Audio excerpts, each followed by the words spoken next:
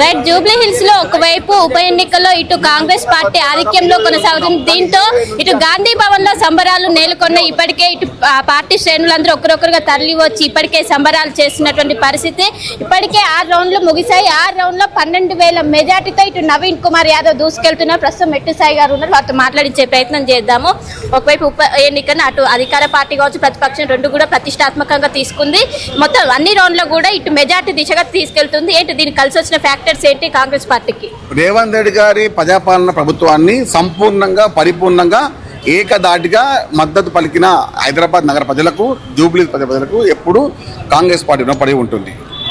మీరు చూడొచ్చు, అభివృద్ధి నినాదమే కాంగ్రెస్ పార్టీ ఎజెండా, అభివృద్ధి నినాదమే కాంగ్రెస్ పార్టీ ఎజెండా అని. అదే విధంగా ముందుకెళ్ళాము. రేవంత్ రెడ్డి గారి నాయకత్వంలో జూబ్లీ ప్రజానికము వచ్చే 10 ఏళ్ళు రేవంత్ రెడ్డి గారి నాయకత్వం బలపరిచే విధంగా వెళ్తా ఉన్నాము. హైదరాబాద్ నగరంలో జంట ప్రజలు అభివృద్ధిగా దానికి పట్టం కట్టారు. చాలా మంది మీడియా వారు కొంతమంది వీడియో చెప్పారు, ఏమని కాంగ్రెస్ పార్టీకి గడ్డు కాలమని చెప్పారు, కాంగ్రెస్ పార్టీ గెలవదని చెప్పారు. కానీ అంచనాలకు మించే విధంగా మెజార్టీ అనేది దాదాపు 25,000 నుంచి 30,000 వరకు వచ్చే విధంగా ముందుకెళ్తా ఉన్నాం. అంటే పరిపూర్ణమైన విజయము, సంపూర్ణమైన విజయము. ఏకదాటిగా కాంగ్రెస్ పార్టీకి పట్టం కట్టే జూబ్లీ ప్రజలకు, హైదరాబాద్ నగర ప్రజలకు ఎప్పుడు కాంగ్రెస్ పార్టీ రుణపడి ఉంటుంది. రేవంత్ రెడ్డి గారి నాయకత్వాన్ని, మహేష్ కుమార్ గౌడ్ నాయకత్వాన్ని బలపరిచే విధంగా ఈ ఎన్నికలు ఉన్నందుకు ప్రజానికానికి, ప్రజల యొక్క వ్యవస్థకు, ప్రజల యొక్క ప్రజానిక సమస్యలను కాంగ్రెస్ పార్టీ ఎప్పుడు తీరుస్తుంది. కాంగ్రెస్ పార్టీ ఎప్పుడు ప్రజల క్షేమంగా మాట్లాడుతుంది. కాంగ్రెస్ పార్టీ లక్ష్యం, కాంగ్రెస్ పార్టీ ప్రజల యొక్క శ్రేయస్ అని చెప్పి ఈ ఎన్నిక జరిగినందుకు, అభివృద్ధికే పట్టం కట్టినందుకు జూబ్లీ ప్రజలకు, వారి యొక్క ఓటర్లందరికీ చాలా చాలా ధన్యవాదాలు. ఇటు బీఆర్ఎస్ నాయకులు రిగ్గింగ్ జరిగిందంటూ కూడా వాళ్ళు ఆరోపిస్తున్నారు. వాటికి ఏం సమాధానం చెప్తారు?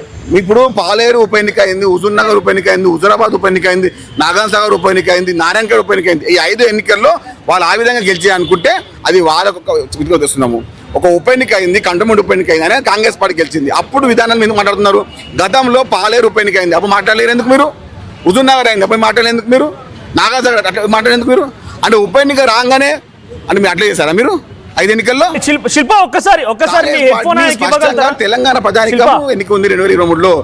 అదే యొక్క కంటిన్యూ అయ్యే విధంగా ఏంటండి రైట్ మట్టిసాయి గారిని మనోజ్ మాట్లాడుతున్నాను. సో బీఆర్ఎస్ అభ్యర్థులు మన స్టూడియోలో ఉన్నారు. కొంతమంది వాళ్ళు ఏం చెప్తున్నారంటే దొంగ ఓట్లు రిగ్గింగే మీకు ప్రధానమైంది, దొంగ ఓట్లు వేయడం మూలంగానే కాంగ్రెస్ పార్టీ అక్కడ గెలుపొందని చెప్తూ ఉన్నారు.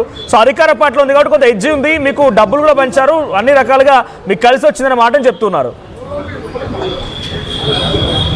ఇదే మాట్లాడే ముందు నాగార్జున ఉప ఎన్నిక అయింది, అదే విధంగా మన మునుగోడు ఉప ఎన్నిక అయింది, అదే విధంగా పాలేరు అయింది, నారాయణఖేడ్ అయింది, హుజూరాబాద్ అయింది, హుజూర్ నగర్ అయింది. ఎందుకు మాట్లాడలే అప్పుడు ఈ మాటలు? అధికారంలో ఉన్నప్పుడు మీరు చేసిరు అదే పనినా గతంలో? ఇట్లా మాట్లాడొద్దు. ప్రజలు స్పష్టంగా అభివృద్ధి నినాదానికి, రేవంత్ రెడ్డి గారి నాయకత్వానికి బలపరిచే విధంగా ముందుకు వెళ్ళారు. కాబట్టి మీకు ఎప్పుడు చెప్తున్నాము, మీరు గెలుస్తేమో మీ వంతు, మేము గెలుస్తేమో ఇలా అంటే మాట్లాడు తప్పు. మీరేమో బీఆర్ఎస్ బీజేపీ ఏమంటుందంటే బీజేపీ ఓట్ బ్యాంక్ 100కు 1000% కావాలని బీజేపీ బీఆర్ఎస్ పార్టీకి సరెండర్ అయిపోయింది ఎన్నికల్లో. ఈ విషయము బాహటంగా ఉండే అప్పుడు పార్లమెంట్ ఎన్నికల్లో కానివ్వండి, మొన్న ఎమ్మెల్సీ ఎన్నికల్లో కానివ్వండి, ఇప్పుడు జూబ్లీస్ ఎన్నికల్లో కానివ్వండి, బీజేపీ పార్టీకి బీఆర్ఎస్ పార్టీకి ఈ ఇద్దరు ఒకటే విధంగా ఒక తానులో చెట్లా పనిచేశారు. కాబట్టి బీజేపీకి అన్ని ఓట్లు, బీఆర్ఎస్ కొన్ని ఓట్లు పెరగడం జరిగింది. లేకపోతే కాంగ్రెస్ పార్టీ స్పష్టంగా 40 నుంచి 50 గెలవాలి.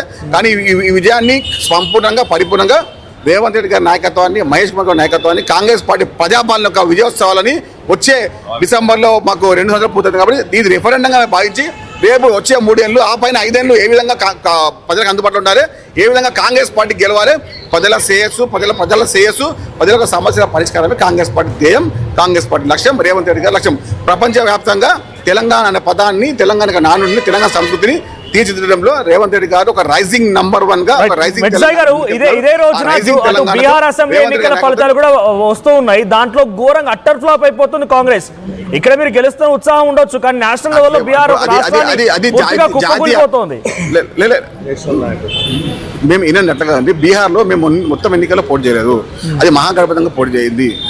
ఆ రాష్ట్ర యొక్క వివరాలు, ఆ రాష్ట్ర యొక్క విషయాల ప్రకారంగా ఎన్నిక అయింది. కాబట్టి ఆ ఎన్నిక మీరు పోలిక పెట్టకండి. నాయకత్వంలో ముందుకెళ్లాలంటే కొంచెం మనం పని